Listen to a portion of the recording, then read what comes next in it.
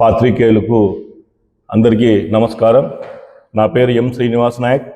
నేను ST cell జిల్లా అధ్యక్షుడిగా వైఎస్ఆర్సిపి కాంగ్రెస్ పార్టీ పనిచేస్తున్నాను.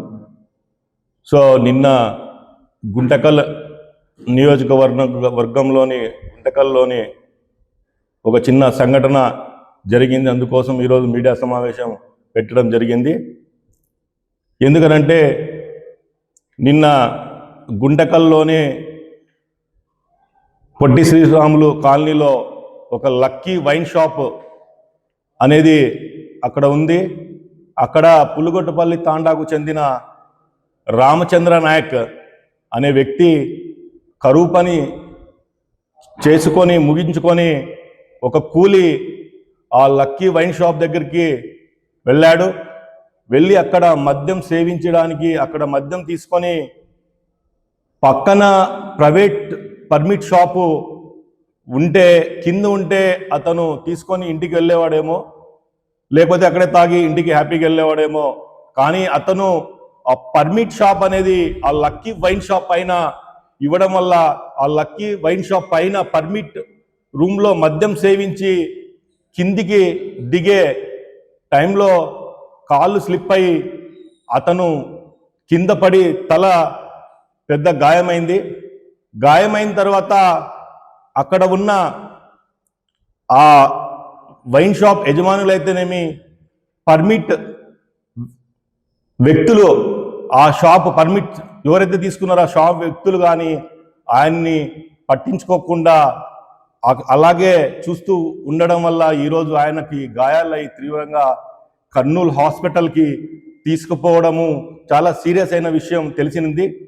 ఎందుకనంటే ఈరోజు ఎందుకు చెప్తున్నామంటే, ఈ ఆంధ్ర రాష్ట్రంలో మన రాష్ట్రంలో మద్యము ఎక్కడ చూసినా విచ్చలవిడిగా జనరల్ స్టోర్లో కూడా ఈరోజు మద్యం లభిస్తుందంటే ఈ కూటమి ప్రభుత్వం వల్ల. ఈరోజు మా బడుగు బలహీన వర్గాలు మాత్రము ఈరోజు ఏదో పని చేసుకొని ఏదో ఇంటికి వెళ్ళి హ్యాపీగా ఉండే వారు ఈరోజు అతనికి 3 ఆడపిల్లలు, ఒక కొడుకు. ఈరోజు అతని పరిస్థితి చాలా హీనంగా ఉంది. ఎందుకనంటే ఈ పర్మిట్ షాప్లు కేటాయించేటప్పుడు ఈ ఎక్సైజ్ సూపరింటెండెంట్ ఎవరైతే ఉన్నారో ఈ రామ్మోహన్ రెడ్డి అనే ఇతను ఎలా పర్మిషన్ ఇస్తారు? ఒక వైన్ షాప్కి పర్మిట్ రూమ్ కింద ఉండాలి, కానీ పైకి ఎక్కినప్పుడు అక్కడ మద్యం సేవించి కిందికి దిగే తరుణంలో పడినప్పుడు దీన్ని ఎవరు బాధ్యత వహిస్తారని చెప్పేసి ఈ కూటమి ప్రభుత్వం కూడా మేము అడుగుతున్నాము. అదే పోయిన 5 సంవత్సరాలు జగన్మోహన్ రెడ్డి పరిపాలనలో మద్యం షాపులు 11 గంటలకు తీస్తే రాత్రి 10 గంటలకు బంద్ చేసేవారు. మద్యం దొరకాలన్నా కూడా చాలా ఇబ్బంది పడి మద్యం సేవించుకోకుండా చాలా మంది వాళ్ళ జీవన ఉపాధి చేసుకుని హ్యాపీగా గడిచేవాళ్ళు. ఈ రోజు విచ్చలవిడిగా ఈ ఆంధ్రప్రదేశ్లో, ఈ రాష్ట్రంలో ఎక్కడ చూసినా కూడా మద్యము ఏరులై పారుతుంది. ఈ రోజు ఈ రాష్ట్రంలో పెట్రోల్ దొరకపోవచ్చు, మరి డీజిల్ దొరకపోవచ్చు, మరియు ఈ రాష్ట్రంలో మద్యమై ఏరులై పారుతుంది. ఎక్కడికి పోయినా మద్యం మాత్రం ఈ రాష్ట్రంలో విచ్చలవిడిగా చేస్తున్నారని చెప్పేసి కూటమి ప్రభుత్వానికి కూడా తెలియజేస్తున్నాము. అలాగే ఇదే గుంటకల్లో విచ్చలవిడిగా ఎక్కడ చూసినా మద్యము దొరకడము, ఈ నిర్లక్ష్యం వైఖరి వల్ల ఇక ఒక గిరిజన బిడ్డ ప్రాణాలు పోతున్నా కూడా ఈరోజు పట్టించుకొని నాథుడు లేడని చెప్పేసి మీ ద్వారా నేను తెలియజేస్తున్నాను. అలాగే ఇదే రామ్మోహన్ రెడ్డి అనే వ్యక్తి ఇదే చూసి డబ్బులు ముట్టు చెప్పుకోకుండా అదే పర్మిట్ రూమ్ చెక్ చేసి ఉండింటే పక్కన ఇచ్చేవాళ్ళు, కానీ బ్రాందీ షాప్ పైన ఉంటే పైన పర్మిట్ రూమ్ ఎలా ఇస్తారని చెప్పేసి మీ ద్వారా నేను తెలియజేస్తున్నాను. అదే గిరిజన వ్యక్తి ఏమన్నా అయితే అదే సేవాన్ని పట్టుకొని మేము ఎక్కడికైనా వెళ్తాము, మా వారికి న్యాయం జరిగేంత వరకు మేము ఎక్కడైనా పోయి పోరాడతామని చెప్పేసి తెలియజేస్తున్నాను. ఇంకోటి ఈ మీడియా మిత్రుల ద్వారా తెలియజేస్తున్నాను, ఈ కూటమి ప్రభుత్వంలో గిరిజనులకు అన్యాయమే జరుగుతుంది. ఎందుకనంటే ఇదే జిల్లాలో పోయినసారి మన తన్మయి ఒక గిరిజన బిడ్డకి హత్య చేశారు. అదే ఇంకొకటి గిరిజన బిడ్డకి మైనర్ బాలికి కిడ్నాప్ చేసిన నాథులు లేరు. ఈరోజు మళ్ళీ ఇదే రామచంద్ర నాయక్ అనే అతనికి ఇదే కూడా జరుగుతుంది. మీరు అందరూ కూడా ఒకసారి ఆలోచించాలని చెప్పి నేను మీ ద్వారా తెలియజేసుకుంటాను. అదే రామ్మోహన్ నాయుడు మీద ఎంక్వైరీ జరిపి ఎలా పర్మిషన్ ఇస్తాడు పర్మిట్ రూమ్ కని చెప్పేసి అతని మీద కూడా పర్మిట్ రూమ్ మీద ఎలా ఇస్తారని చెప్పేసి అదే అతని మీద కూడా విచారణ జరిపించి మా గిరిజన బిడ్డకు న్యాయం జరగాలని చెప్పేసి లేని పక్షంలో అదే ఎవరైతే వైన్ షాపు నిర్వహణం చేస్తున్నారో అతని పైన కూడా ఎస్సీ ఎస్టీ అట్రాసిటీ కేసు నమోదు చేసి అతనికి రిమాండ్ పంపించాలని చెప్పేసి మీ ద్వారా తెలియజేస్తూ అదే రామ్మోహన్ నాయుడు మీద కూడా ఎంక్వైరీ చేసి అతని మీద కూడా చర్యలు తీసుకోవాలని చెప్పేసి ఈ ప్రభుత్వానికి గట్టిగా అడుగుతున్నాం. ఈరోజు అనంతపురం జిల్లా గుంతకల్ నియోజకవర్గం నందు లక్కీ వైన్స్ అనేటువంటి ప్రదేశంలో పులగుట్టపల్లి తాండాకు చెందినటువంటి రామచంద్ర నాయక్ మద్యం కొనుగోలు చేసి అక్కడే మద్యం సేవించి ఆయన మెట్టు దిగి వస్తుండగా ప్రమాదవశాత్తు కింద పడడం జరిగింది. అది జరిగిన తర్వాత ఆయన తల నుంచి తీవ్రమైన రక్తస్రావం రావడం జరిగింది. ఈ సమాజంలో ఒక మనిషి రక్తంతో కొట్టుమిట్టాడుతుంటే, గాయాలతో కొట్టుమిట్టాడుతుంటే సాటి మనిషిగా ఎవరికైనా సాయం చేయాలి, కనీసం 108 కన్నా ఫోన్ చేయాలి అనే బాధ్యత ఎవరికైనా ఉంటుంది. కానీ ఈ బాధ్యతను మరిచి కేవలం ధనార్జనే ధ్యేయంగా ప్రజల ఆరోగ్యాలతో మానవ ప్రాణాలతో చెలగాటమాడుతూ ఈ ప్రభుత్వం వైన్ షాపులను ప్రోత్సహిస్తుంది.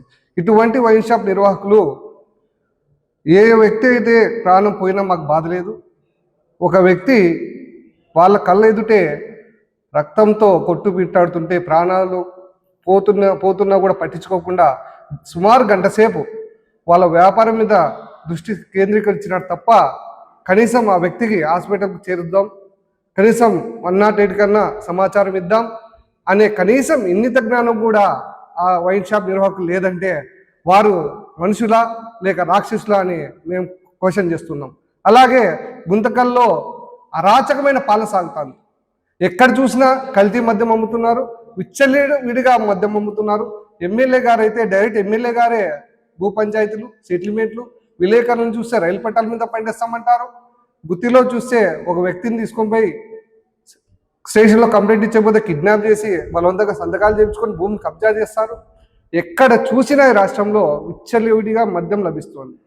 కనీసం అందరూ ఈ సీఎం ఈ రాష్ట్రానికి ముఖ్యమంత్రి గారు మేము మద్యం ధరలు తగ్గించి నాణ్యమైన మద్యం ఇస్తామంటున్నారు తప్ప పేదలకు అవసరమైనటువంటి నిత్యావసర సరుకులైనటువంటి ధరలు తగ్గించి, పెట్రోల్ డీజిల్ ధరలు తగ్గించి ప్రజలకు కాపాడుతామని ఈ ముఖ్యమంత్రి చెప్పడం లేదు.